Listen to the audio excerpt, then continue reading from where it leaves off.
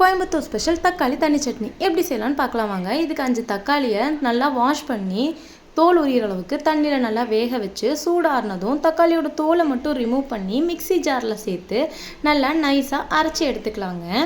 இப்போ ஸ்டவ்வை ஆன் பண்ணி கடாயில் கொஞ்சமாக எண்ணெய் சேர்த்து எண்ணெய் சூடானதும் கடுகு, சீரகம், கருவேப்பிலை, ஒரு பச்சை மிளகாய், பொடியாக நறுக்கின பெரிய வெங்காயத்தை நிறம் மாறுற வரைக்கும் நல்லா வதக்கி எடுத்துக்கலாம்.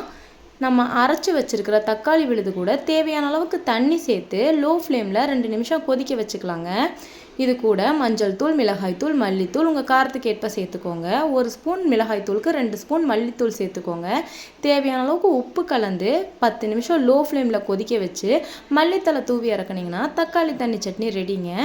சுட சுட இட்லி கூட தொட்டெல்லாம் சாப்பிடக்கூடாதுங்க, நல்லா பிணைஞ்சு சாப்பிட்டு பாருங்கள், அட்டகாசமாக இருக்கும். ட்ரை பண்ணி பார்த்துட்டு எப்படி இருந்துச்சுன்னு கமெண்ட்ஸில் சொல்லுங்கள். உங்களுக்கு நம்ம சேனல் பிடிச்சிருந்தா லைக் பண்ணுங்கள், ஷேர் பண்ணுங்கள், சப்ஸ்கிரைப் பண்ணுங்கள்.